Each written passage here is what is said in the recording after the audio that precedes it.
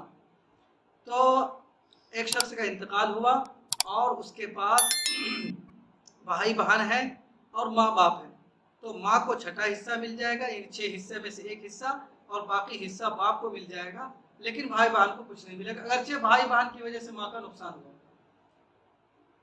اللہ تعالیٰ فرماتے ہیں فَإِنْ كَانَ لَهُ إِخْوَةٌ، اور اگر میت کے ایک سے زیادہ بھائی یا بہن ہوں تو اس کی ماں کو چھٹا حصہ ملے گا اور باقی باپ کو ملے گا.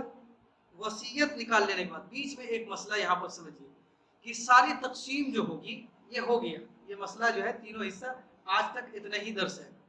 باقی اگلی آیت میں میاں بیوی کے ہے، بھائی بہن ہو، اگر کسی کا ڈائریکٹ بھائی بہن ہو تو اس کو کتنا ملے گا وہ اگلی آیت میں. ایک صورت یہ اگر ہے کہ نہ میت کا نہ کوئی بال بچے ہیں نہ کوئی بھائی بہن ہے، صرف ماں ہے، باپ نہیں ہے،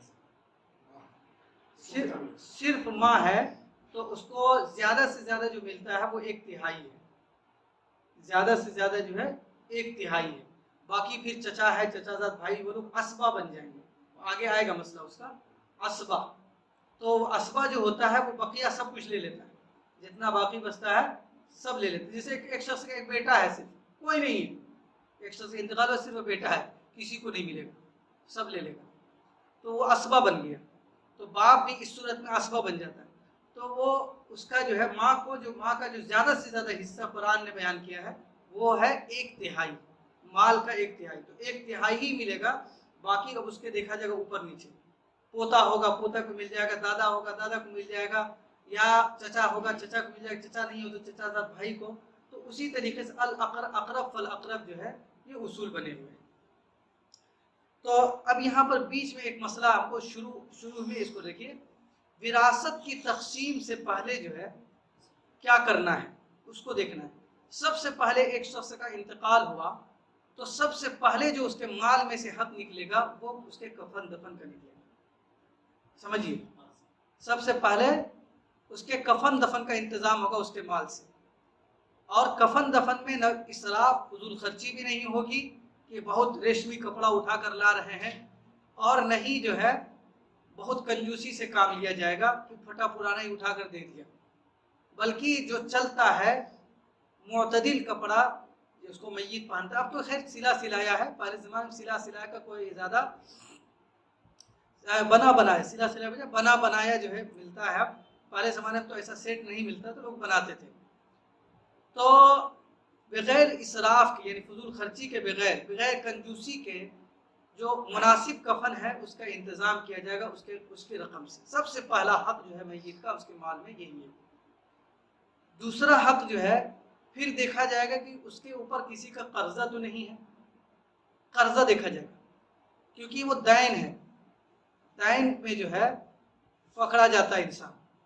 تو سب دوسرے نمبر پر دین کو قرضہ کو دیکھا جائے گا. اگر قرضہ ہے تو پہلے پھر قرضہ ادا کیا جائے گا. ابھی وراثت کا کوئی مسئلہ نہیں ہے، قرضہ ادا کیا جائے گا. اور قرضہ میں اگر اس کا سارا مال چلا جاتا ہے تو وارث کو کچھ نہیں ملے گا. قرضہ میں اگر اس کا سارا مال چلا جاتا ہے تو وارث کو کچھ نہیں ملے گا. سارا مال جاتا ہے جانے دیجیے، اس میں کوئی تعین نہیں ہے کہ آدھے مال سے قرضہ ہوگا پورے مال سے ہوگا. جتنا قرضہ ہے وہ سب ادا کیا جائے گا. قرضہ ادا کرنے کے بعد اگر کچھ بچ جاتا ہے تو اب ایسی صورت میں دیکھا جائے گا کہ میت نے کوئی وصیت کی ہے کیا. وصیت جانتے ہیں کہ انسان زندگی کے اندر یہ کہہ دے کہ میرے مرنے کے بعد فلاں نیک کام کے لیے، فلاں ادارے کے لیے، فلاں نیک کام کے لیے اتنی رقم میں وصیت کر کے جاتا ہوں، یا فلاں شخص کے لیے وصیت کر کے جاتا ہوں. تو یہ وصیت ہے. وصیت دیکھی جائے گی. وصیت میں چند باتیں ذہن میں رکھیے. سب سے پہلی چیز یہ ہے اللہ کے رسول نے فرمایا لا وصیت لوارث، وارث کے لیے کوئی وصیت نہیں. ایک شخص نے زندگی میں اپنی اولاد کو نہیں بانٹا بٹورا نہیں کیا، کرنا بھی نہیں چاہیے. اگر کر رہا ہے تو پھر برابر میں حصہ کرنا پڑے گا. اگر زندگی میں کوئی شخص اپنے مال کو اپنی اولاد میں تقسیم کر رہا ہے تو اس کو کیسا کرنا پڑے گا؟ برابر کرنا پڑے گا. اس میں بیٹا بیٹی کوئی فرق نہیں. یہ وراثت ہے ہی نہیں نا. وراثت کا مال وہ اسی وقت کہلاتا ہے جب انسان کی روح اس کے جسم سے الگ ہو جاتی ہے. وہ تو زندگی میں ہبا کر رہا ہے، گفٹ کر رہا ہے، اور گفٹ میں باپ کی نظر میں یا ماں باپ کی نظر میں بیٹے اور اولاد جو ہے سب برابر ہے، چاہے بیٹا ہو یا بیٹی ہو۔ اس وجہ سے شریعت کا حکم یہی ہے کہ اگر زندگی میں کر کے جا رہے ہیں تو پھر برابر کا کر کے جائیے، یا نہیں تو پھر آپ ان کو سمجھا دیجیے۔ عام طور پہ ایک چیز ہوتی ہے کہ کسی باپ کو یا ماں کو کسی بچے سے زیادہ یا وہ اس کی خدمت کرے، اپنی زندگی میں ہی اپنے مال کا بیشتر حصہ اس کو لکھ دے، وہ اس دیکھیے کے لیے کیسا؟ ہاں، ایک چیز اس میں یہ ہے جیسا کہ بتایا انہوں نے کہ اگر زندگی میں کوئی شخص کسی اپنی اولاد میں سے کسی کو زیادہ دے دیتا ہے یا لکھ کر چلا جاتا ہے تو اس میں نیت کا اعتبار ہے۔ بسا اوقات اس میں ہمدردی ہوتی ہے، مثال کے طور پر سب کے سب جو ہے پڑھ لکھ کر ایجوکیٹڈ ہو کر نوکری میں لگ گئے، کوئی ایک کمزور ہے بیچارہ، تو اس کو حق ہے، وہ دے سکتا ہے، اس کو اتنی گنجائش ہے کہ اپنی کسی اولاد کو زیادہ دے دے۔ یہ نیت جو ہے گڑبڑ نہیں ہونی چاہیے، نیت جو ہے کسی کو محروم کرنے کی، کسی سے جو ہے غصہ نکالنے کی، یہ سب کی نیت نہیں ہونی چاہیے۔ ہمدردی میں اگر نیت ہمدردی مطلوب ہے تو ایسی صورت میں اس کو کر سکتا ہے۔ کوئی کمزور ہے، معذور ہے، اپاہج ہے، ایسی صورت میں اگر کسی اولاد کو زیادہ دینا چاہے تو دے سکتا ہے، لیکن اس میں ایک شرط ہے کہ زندگی میں ہی اس کو قبضہ دے دے، کیونکہ ہبا اور گفٹ کو مکمل ہونے کے لیے شریعت نے شرط لگائی ہے قبضہ۔ کوئی بھی گفٹ اور ہبا اسی وقت تام مانا جائے گا، ہبا ہی بولتے ہیں اس کو، اور یہ تو اب اس میں کورٹ میں بھی یہی چلتا ہے، ہبا نامہ ہبا، تو اس کو تام اور مکمل ہونے کے لیے قبضہ شرط ہے، تو اس میں جو ہے اس کو قبضہ بھی دے دے، رجسٹری قبضہ سمجھا جاتا ہے۔ اگر جائیداد ہے، روپے پیسے تو اس کے اکاؤنٹ میں ڈال دیجیے، قبضہ ہو گیا۔ بہرحال ایک مسئلہ بیچ میں ہی آ گیا۔ خلاصہ یہی ہے کہ اگر ایک شخص وصیت کر کے جاتا ہے تو اس میں اپنے وارث کے لیے اگر وصیت کرتا ہے تو وصیت شریعت میں کالعدم ہے، کوئی اعتبار نہیں اس کا، الا یہ کہ مرنے کے بعد سارے وارث متفق ہو جائیں، چلو والد صاحب کہہ کر گئے ہیں، ان کی خواہش تھی، پورا کر دیتے ہیں، تو راضی خوشی سے اگر سارے وارث اپنے والد صاحب کی وصیت کو لگانا چاہتے، نافذ کرنا چاہتے ہیں تو اس میں ان کی گنجائش ہے، لیکن شرعی طور پر وہ وصیت نہیں، بلکہ یہ گویا کہ بھائیوں کی طرف سے اور وارثین کی طرف سے ایک طرح کی ہمدردی ہو جائے گی، یہ وصیت نہیں بلکہ ہمدردی ہو جائے گا، اور یہ ایسا ہی ہوگا جیسا کہ باپ کے مرنے کے بعد سارے بھائیوں نے ایک کمزور بھائی کے حوالے کچھ رقم کر دیا، کچھ زیادہ دے دیا، تو یہ اس کی اجازت ہے، لیکن شرعی طور پر اس وصیت کا کوئی اعتبار نہیں ہے۔ وصیت سے متعلق ایک بات تو یہ ہے۔ دوسری بات یہ ہے کہ وصیت کا نفاذ جو ہوگا، وصیت جو نافذ ہوگی وہ کسی بھی انسان کے مال میں سے 1/3 میں نافذ ہوگی، یعنی 3 حصے مال میں سے کوئی بھی شخص وصیت کر کے جو جا سکتا ہے وہ زیادہ سے زیادہ 1/3، اس سے زیادہ کا حق نہیں ہے، اس کو کرنا نہیں چاہیے۔ کر دیا اگر کسی نے جوش میں آ کر، جذبات میں آ کر، تو بھی شریعت یہی کہتی ہے کہ مرنے کے بعد وصیت میں جو مال جائے گا وہ 1/3 جائے گا، باقی 2/3 وارثین میں تقسیم ہوگا۔ تو ایک تو یہ ہے کہ وصیت جو نافذ ہوگی وہ ہمیشہ 1/3، زیادہ سے زیادہ 1/3، زیادہ سے زیادہ، کم سے کم کتنا ہے، جتنا کر کے گیا اتنا، تو زیادہ سے زیادہ 1/3، 3 حصے میں سے 1 حصے کی وصیت کر سکتا ہے، اس سے زیادہ کی وصیت نہیں کر سکتا۔ اگر کر کے بھی گیا اس سے زیادہ تو اس سے زیادہ میں وصیت نافذ نہیں ہوگی شریعت میں۔ یہ چند باتیں ہیں۔ تو سب سے پہلا میت کے مال میں جو حق ہے اس کا کفن دفن کا حق ہے۔ دوسرا حق یہ ہے کہ اس کے جو قرض ہیں اس کی ادائیگی کی جائے گی میت کے مال سے، اور اگر اس میں سے پھر بچ جائے تو پھر وصیت کا نفاذ ہوگا، وصیت کو نافذ کرنے کے بعد جو بچ جائے گا تو پھر وارثین میں تقسیم ہوگا۔ کس انداز پہ ہوگا؟ وہی جو بتایا گیا۔ تو اب تک جو بتایا گیا وہ لڑکوں کے اولاد، بیٹا بیٹی کے حصہ کتنا ہوگا باپ کے وراثت میں، اسی طریقے سے بیٹے کے وراثت میں ماں باپ کا کتنا حق ہوگا وہ بیان کیا گیا۔ اگلی آیت میں جو ہے بیان کیا جائے گا میاں بیوی کے حق، اسی طریقے سے بھائی بہنوں کے حق حقوق وغیرہ بیان کیے جائیں گے۔ یہ محجوب کا کیا کہتے ہیں؟ محجوب بولتے ہیں وہ جو کہ کسی کی وجہ سے وراثت کا مستحق نہیں بنتا، کسی کی وجہ سے، جیسے مثال کے طور پر ایک شخص کا انتقال ہوا اور اس کے 2 بیٹے ہیں، ایک بیٹا اور تھا جس کی شادی بھی ہو گئی تھی اور اس کے اولاد بھی موجود ہے، لیکن اس کا باپ کی زندگی میں انتقال ہو گیا، تو اب یہ جو پوتا ہے اس کو نہیں ملے گا کیونکہ بیٹا موجود ہے، دوسرے بیٹا موجود ہے، اس لیے پوتا تک نہیں جائے گا، تو یہ محجوب ہو گیا۔ تو بہت ساری شکلیں ہیں محجوب ہونے کی۔ محجوب کا مطلب یہی ہوتا ہے کسی کو کسی کی وجہ سے حصہ نہ ملنا۔ تو یہ ہو گئی چند باتیں۔ اس میں آگے اللہ تعالیٰ فرماتے ہیں، ایک نصیحت فرما رہے ہیں، تمہارے اصول و فروع جو ہیں تم پورے طور پر یہ نہیں جان سکتے کہ ان میں کا کون شخص تم کو نفع پہنچانے میں نزدیک تر ہے۔ اس میں عقل نہیں دوڑا سکتے کہ بیٹی کو اتنا کیوں، ماں کو اتنا کیوں، باپ کو اتنا کیوں، فلاں کو اتنا کیوں۔ اللہ تعالیٰ فرماتے ہیں کہ ہم جانتے ہیں کہ کون کس کے لیے کتنا زیادہ نفع بخش ہے، کون کس کے لیے کتنا زیادہ کیا ہے، وہ مصلحت وغیرہ سارے کے سارے ہم ہی جانتے ہیں، تمہاری سمجھ میں یہ بات نہیں آ سکتی۔ فریضۃ من اللہ، یہ حکم ہے من جانب اللہ، اس میں عقل کی کوئی دخل نہیں ہے۔ مقرر کر دیا گیا بالیقین، اللہ تعالیٰ بڑے علم اور حکمت والے ہیں، ساری حکمت وہی جانتے ہیں اس کو کتنا دیا اور کس حکمت سے دیا۔ مثال کے طور پر ہم اور آپ نے دیکھا، ابھی سنا پڑھا، یہ ہو گیا ایک آیت کہ بیٹی کو کہا گیا کہ بھائی اس کو 2 بیٹیوں کے برابر ایک بیٹے کو حصہ ملے گا، کہا کیا نا؟ تو اس میں بھی حکمت ہے، بہت ساری حکمت ہے۔ ایک سب سے پہلی بات تو یہ ہمارے رب نے کہہ دیا، بس مان لیں۔ اور اگر دیکھا جائے تو حکمت یہ بھی ہے کہ دراصل بیٹی کو جو ہے دونوں طرف سے حصہ مل جاتا ہے، اپنے مائکے سے بھی ماں باپ کا انتقال ہوگا، بھائی بہن کا انتقال ہوگا تو اس کا بھی ہو جائے گا، اور ادھر سے بھی جو ہے شوہر کا اگر انتقال ہوتا ہے تو اس کا بھی حصہ ملے گا اس کو، اور مرد میں یہ سب شکل نہیں ہے۔ اسی طریقے سے مرد کی ذمہ داری جو ہے یہ اہم چیز ہے۔ مرد کے ذمہ بہت سارے لوگوں کی کفالت بھی ہے، خود مرد کے ذمہ بیوی کی کفالت یعنی اس کے کھانا خرچہ کا انتظام کرنے کی ذمہ داری ہے، مرد کے ذمہ اپنے آل اولاد کی پرورش کی بھی ذمہ داری ہے، مرد کی ذمہ داری اگر ماں باپ بوڑھے ہو گئے تو ان کے بھی کھانا خرچہ کی ذمہ داری ہے، برخلاف عورت کے اس کے اوپر کسی اور کی ذمہ داری نہیں ہے، یہاں تک کہ خود ان کی بھی ذمہ داری نہیں ہے، وہ بھی شوہر بھی رکھ دیا۔ شادی سے پہلے ہے تو ماں باپ کی ذمہ داری ہے، اور شادی کے بعد ہے تو ساری ذمہ داری شوہر کی ہے، تو خود ان کی ذمہ داری بھی ان کے اوپر نہیں ہے، اور مرد کی کیا ہے، خود اپنی بھی کرنی ہے اور اتنے سارے لوگوں کی بھی ذمہ داری اٹھانی ہے۔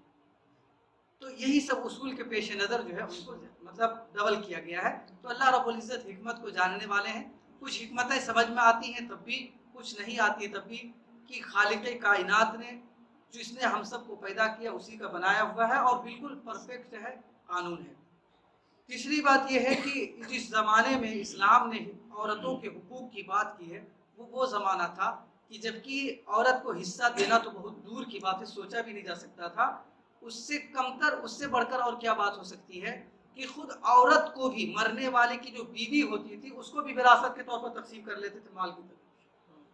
ایسے وقت میں اسلام کہتا ہے نہیں، اس کو بھی حصہ ملے گا۔ للرجال نصیب مما ترک الوالدان والاقربون وللنساء نصیب مما ترک الوالدان والاقربون، کہ عورت مرد دونوں کو ملے گا حصہ۔ اب کتنا ملے گا یہ دیکھیے۔ تو بہرحال اسلام کا جو قانون وراثت ہے وہ بہت ہی عادلانہ ہے، بہت منصفانہ ہے۔ اللہ رب العزت ہم سب کو عمل کی توفیق عطا فرمائے، ہم سب کے پورے سماج کو اس سلسلے میں جو خاص طور پر بھائیوں کا رویہ ہوتا ہے باپ کے مرنے کے بعد اپنی بیٹیوں، اپنے بہنوں کو محروم کرنے کا، اس سلسلے میں بھی جو ہے ہمارے سماج کے اندر سدھار لانے کی ضرورت ہے۔ عام طور پر یہ ہوتا ہے کہ لوگ معاف کروا لیتے ہیں یا بہنیں معاف بھی کر دیتی ہیں، لوگ جو ہے تانا بھی دیتے ہیں کہ کیسی بہن ہے کہ لوگ جو ہے یہ حصہ مانگ رہی ہے، حالانکہ وہ اس کے لیے حق حلال ہے۔